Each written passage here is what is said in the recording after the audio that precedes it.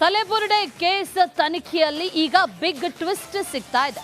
ಬುರುಡೆ ಜಾಡು ಹಿಡಿದು ಹೊರಟಂತ ಎಸ್ಐಟಿ ಅಧಿಕಾರಿಗಳು ಧರ್ಮಸ್ಥಳದಿಂದ ಬೆಂಗಳೂರಿಗೆ ಬಂದಿದ್ದಾರೆ. ಚಿನ್ನಯ್ಯನ ಸಮೇತ ಎಂಟ್ರಿ ಕೊಟ್ಟಿದ್ದಂತ ಎಸ್ಐಟಿ ಟೀಮ್ ಎರಡನೇ ದೂರುದಾರ ಜಯಂತ್ ಮನೆಯನ್ನ ಜಾಲಾಡಿದ್ದಾರೆ.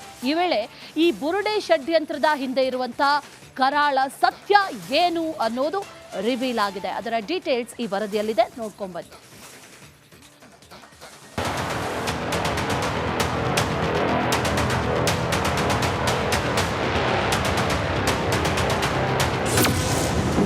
ಬೆಂಗಳೂರು ಟು ಧರ್ಮಸ್ಥಳ ರಹಸ್ಯ ಬೆನ್ನತ್ತಿದ ಎಸ್ಐಟಿ.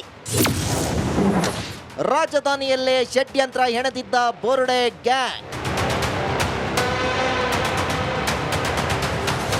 ಧರ್ಮಸ್ಥಳ ಬುರುಡೆ ಪ್ರಕರಣ ಬಗೆಲಷ್ಟು ಬಯಲಾಗ್ತಿದೆ. ದಿನಕ್ಕೊಂದು ಹೊಸ ಆಯಾಮ ಪಡೆದುಕೊಳ್ತಿದೆ. ಬುರುಡೆ ಗ್ಯಾಂಗ್ ರಹಸ್ಯ ಭೇದಿಸಲು ಸಜ್ಜಾದ ಎಸ್ಐಟಿ ಅಧಿಕಾರಿಗಳು ಬೆಳ್ತಂಗಡಿಯಿಂದ ಸೀದಾ ಬೆಂಗಳೂರಿಗೆ ಎಂಟ್ರಿ ಕೊಟ್ಟಿದ್ದು. ಮಾಸ್ಕ್ ಮ್ಯಾನ್ ಕರೆತಂದು ಎರಡನೇ ದೂರುದಾರ ಜಯಂತ್ ವಾಸವಿದ್ದ ಪೀಣ್ಯದ ಬಾಡಿಗೆ ಮನೆಯನ್ನ ಜಾಲಾಡಿದ್ರು.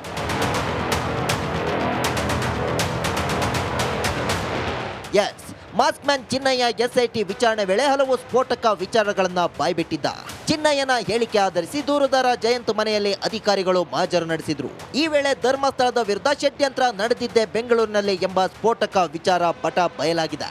ಧರ್ಮಸ್ಥಳ ಷಡ್ಯಂತ್ರದ ಸೂತ್ರಧಾರನೇ ಜಯಂತ್ ಎಂಬ ಗಾಢವಾದ ಅನುಮಾನ ಮೂಡಿದೆ.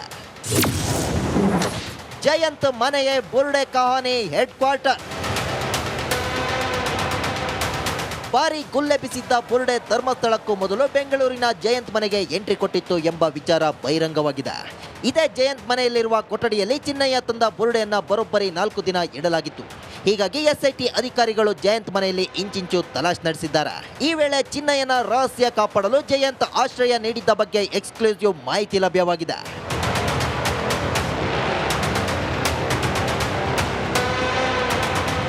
ದೂರುದಾರ ಜಯಂತ್ ಮನೆಯಲ್ಲಿ ಎಸ್ಐಟಿ ಅಧಿಕಾರಿಗಳು ಮಹಜರು ಮಾಡೋಕೆ ಕಾರಣ ಏನು? ಜಯಂತ್ಗೂ ಮಾಸ್ಕ್ ಮ್ಯಾನ್ಗೂ ಏನು ಲಿಂಕು? ಎಸ್ಐಟಿ ಅಧಿಕಾರಿಗಳ ಮುಂದೆ ಚಿನ್ನಯ್ಯ ಹೇಳಿದ ಸ್ಫೋಟಕ ಮಾಹಿತಿ ಏನು ಅಂತ ನೋಡೋದಾದ್ರೆ, ಧರ್ಮಸ್ಥಳದ ವಿರುದ್ಧ ಜಯಂತ್ ಮನೆಯಲ್ಲೇ ಷಡ್ಯಂತ್ರ ಮಾಡಿದ್ದಾಗಿ ಚಿನ್ನಯ್ಯ ವಿಚಾರಣೆ ವೇಳೆ ಹೇಳಿದ್ದಾನಂತೆ. ಬೆಂಗಳೂರಿನ ಪೀಣ್ಯದಲ್ಲಿರುವ ಬಾಡಿಗೆ ಮನೆಯನ್ನೇ ಜಯಂತ್ ಕಚೇರಿ ಮಾಡಿಕೊಂಡಿದ್ದ. 2023ರಲ್ಲೇ ಚಿನ್ನಯ್ಯ ಜಯಂತ್ ನಿವಾಸಕ್ಕೆ ಬಂದಿದ್ದು. ಕೋರ್ಟ್ಗೆ ಹಾಜರಾಗುವ ತನಕ ಚಿನ್ನಯ್ಯನಿಗೆ ಆಶ್ರಯ ನೀಡಿದ್ದಾನಂತೆ. ತಿಮರೋಡಿ ಸಂಪರ್ಕದ ಬಳಿಕವೂ ಚಿನ್ನಯ್ಯ ಬೆಂಗಳೂರಿನಲ್ಲೇ ಇದ್ದ. ಕಳೆದ 6 ತಿಂಗಳ ಹಿಂದಿನಿಂದ ಇದೇ ಪೀಣ್ಯದ ಮನೆಯಲ್ಲಿ ತಂಗಿದ್ದ ಬಗ್ಗೆ ಮಾಹಿತಿ ಲಭ್ಯವಾಗಿದೆ. ಇಲ್ಲಿಂದಲೇ ವಕೀಲರ ಜೊತೆ ಬೆಳ್ತಂಗಡಿ ನ್ಯಾಯಾಲಯಕ್ಕೆ ಎಂಟ್ರಿ ಕೊಟ್ಟಿದ್ದಾಗಿ ಚಿನ್ನಯ್ಯ ಹೇಳಿದ್ದಾನೆ. ಆಸ್ತಿ ಆದಾಯಕ್ಕೆ ಸಂಬಂಧಿಸಿದ ದಾಖಲೆಗಳು ವಶಕ್ಕೆ.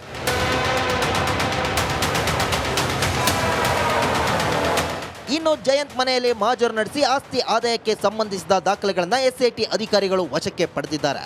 ಲ್ಯಾಪ್ಟಾಪ್ ಕೂಡ ವಶಕ್ಕೆ ಪಡೆದಿದ್ದು. ಬಿಳಿ ಬಣ್ಣದ ಬಟ್ಟೆಯಲ್ಲಿ ವಶಕ್ಕೆ ಪಡೆದ ವಸ್ತುಗಳನ್ನು ಪ್ಯಾಕ್ ಮಾಡಲಾಗಿದೆ.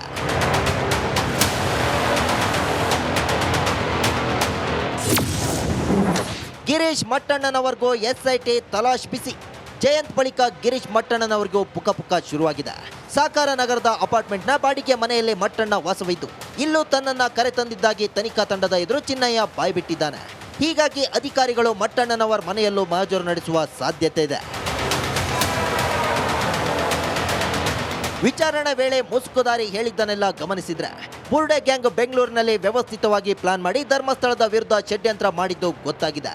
ಇದೀಗ ಎಸ್ಐಟಿ ಬಿ ಗ್ಯಾಂಗ್ ಮನೆಗಳಲ್ಲಿ ಮಹಜರು ನಡೆಸಿದ್ದು ಯಾರ್ಯಾರ ಮನೆಯಲ್ಲಿ ಏನೇನು ಮಸಲತ್ತು ನಡೆದಿದೆ ಅನ್ನೋ ರಹಸ್ಯ ಕೆಲವೇ ದಿನಗಳಲ್ಲಿ. ತಲೆಬುರುಡೆ ಕೇಸ್ ತನಿಖೆಯಲ್ಲಿ ಈಗ ಬಿಗ್ ಟ್ವಿಸ್ಟ್ ಸಿಗ್ತಾ ಇದೆ. ಬುರುಡೆ ಜಾಡು ಹಿಡಿದು ಹೊರಟಂತ ಎಸ್ಐಟಿ ಅಧಿಕಾರಿಗಳು ಧರ್ಮಸ್ಥಳದಿಂದ ಬೆಂಗಳೂರಿಗೆ ಬಂದಿದ್ದಾರೆ. ಚಿನ್ನಯ್ಯನ ಸಮೇತ ಎಂಟ್ರಿ ಕೊಟ್ಟಿದ್ದಂತ ಎಸ್ಐಟಿ ಟೀಮ್ ಎರಡನೇ ದೂರುದಾರ ಜಯಂತ್ ಮನೆಯನ್ನ ಜಾಲಾಡಿದ್ದಾರೆ. ಈ ವೇಳೆ ಈ ಬುರುಡೆ ಷಡ್ಯಂತ್ರದ ಹಿಂದೆ ಇರುವಂತ ಕರಾಳ ಸತ್ಯ ಏನು ಅನ್ನೋದು ರಿವೀಲ್ ಆಗಿದೆ. ಅದರ ಡೀಟೇಲ್ಸ್ ಈ ವರದಿಯಲ್ಲಿದೆ, ನೋಡ್ಕೊಂಡ್ಬನ್ನಿ.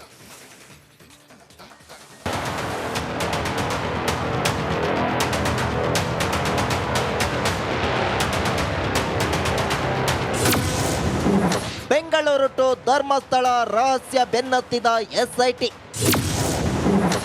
ರಾಜಧಾನಿಯಲ್ಲೇ ಷಡ್ಯಂತ್ರ ಹೆಣೆದಿದ್ದ ಬುರುಡೆ ಗ್ಯಾಂಗ್. ಧರ್ಮಸ್ಥಳ ಬುರುಡೆ ಪ್ರಕರಣ ಬಗೆಲಷ್ಟು ಬಯಲಾಗ್ತಿದೆ. ದಿನಕ್ಕೊಂದು ಹೊಸ ಆಯಾಮ ಪಡೆದುಕೊಳ್ತಿದೆ. ಬುರುಡೆ ಗ್ಯಾಂಗ್ ರಹಸ್ಯ ಭೇದಿಸಲು ಸಜ್ಜಾದ ಎಸ್ಐಟಿ ಅಧಿಕಾರಿಗಳು ಬೆಳ್ತಂಗಡಿಯಿಂದ ಸೀದಾ ಬೆಂಗಳೂರಿಗೆ ಎಂಟ್ರಿ ಕೊಟ್ಟಿದ್ದು. ಮಾಸ್ಕ್ ಮ್ಯಾನ್ ಕರೆ ತಂದು ಎರಡನೇ ದೂರುದಾರ ಜಯಂತ್ ವಾಸವಿದ್ದ ಪೀಣ್ಯದ ಬಾಡಿಗೆ ಮನೆಯನ್ನ ಜಾಲಾಡಿದ್ರು.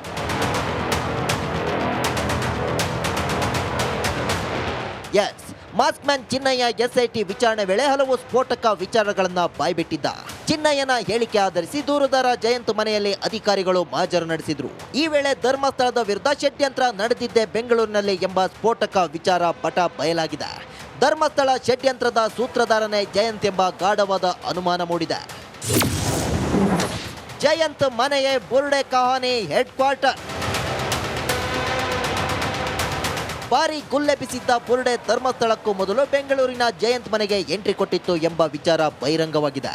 ಇದೇ ಜಯಂತ್ ಮನೆಯಲ್ಲಿರುವ ಕೊಠಡಿಯಲ್ಲಿ ಚಿನ್ನಯ್ಯ ತಂದ ಬುರುಡೆಯನ್ನ ಬರೋಬ್ಬರಿ 4 ದಿನ ಇಡಲಾಗಿತ್ತು. ಹೀಗಾಗಿ ಎಸ್ಐಟಿ ಅಧಿಕಾರಿಗಳು ಜಯಂತ್ ಮನೆಯಲ್ಲಿ ಇಂಚಿಂಚು ತಲಾಶ್ ನಡೆಸಿದ್ದಾರೆ. ಈ ವೇಳೆ ಚಿನ್ನಯ್ಯನ ರಹಸ್ಯ ಕಾಪಾಡಲು ಜಯಂತ್ ಆಶ್ರಯ ನೀಡಿದ್ದ ಬಗ್ಗೆ ಎಕ್ಸ್ಕ್ಲೂಸಿವ್ ಮಾಹಿತಿ ಲಭ್ಯವಾಗಿದೆ.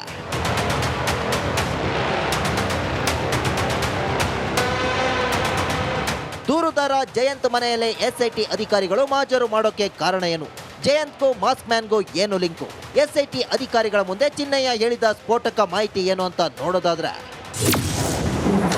ಧರ್ಮಸ್ಥಳದ ವಿರುದ್ಧ ಜಯಂತ್ ಮನೆಯಲ್ಲೇ ಷಡ್ಯಂತ್ರ ಮಾಡಿದ್ದಾಗಿ ಚಿನ್ನಯ್ಯ ವಿಚಾರಣೆ ವೇಳೆ ಹೇಳಿದ್ದಾನಂತೆ. ಬೆಂಗಳೂರಿನ ಪೀಣ್ಯದಲ್ಲಿರುವ ಬಾಡಿಗೆ ಮನೆಯನ್ನೇ ಜಯಂತ್ ಕಚೇರಿ ಮಾಡಿಕೊಂಡಿದ್ದ.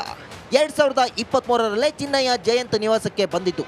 ಕೋರ್ಟ್ಗೆ ಹಾಜರಾಗುವ ತನಕ ಚಿನ್ನಯ್ಯನಿಗೆ ಆಶ್ರಯ ನೀಡಿದ್ದಾನಂತೆ. ತಿಮರೋಡಿ ಸಂಪರ್ಕದ ಬಳಿಕವೂ ಚಿನ್ನಯ್ಯ ಬೆಂಗಳೂರಿನಲ್ಲೇ ಇದ್ದ. ಕಳೆದ 6 ತಿಂಗಳ ಹಿಂದಿನಿಂದ ಇದೇ ಪೀಣ್ಯದ ಮನೆಯಲ್ಲಿ ತಂಗಿದ್ದ ಬಗ್ಗೆ ಮಾಹಿತಿ ಲಭ್ಯವಾಗಿದೆ. ಇಲ್ಲಿಂದಲೇ ವಕೀಲರ ಜೊತೆ ಬೆಳ್ತಂಗಡಿ ನ್ಯಾಯಾಲಯಕ್ಕೆ ಎಂಟ್ರಿ ಕೊಟ್ಟಿದ್ದಾಗಿ ಚಿನ್ನಯ್ಯ ಹೇಳಿದ್ದಾನೆ.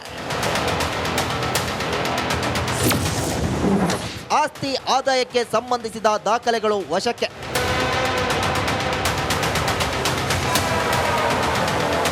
ಇನ್ನು ಜಯಂತ್ ಮನೆಯಲ್ಲಿ ಮಹಜರು ನಡೆಸಿ ಆಸ್ತಿ ಆದಾಯಕ್ಕೆ ಸಂಬಂಧಿಸಿದ ದಾಖಲೆಗಳನ್ನು ಎಸ್ಐಟಿ ಅಧಿಕಾರಿಗಳು ವಶಕ್ಕೆ ಪಡೆದಿದ್ದಾರೆ. ಲ್ಯಾಪ್ಟಾಪ್ ಕೂಡ ವಶಕ್ಕೆ ಪಡೆದಿದ್ದು. ಬಿಳಿ ಬಣ್ಣದ ಬಟ್ಟೆಯಲ್ಲಿ ವಶಕ್ಕೆ ಪಡೆದ ವಸ್ತುಗಳನ್ನು ಪ್ಯಾಕ್ ಮಾಡಲಾಗಿದೆ.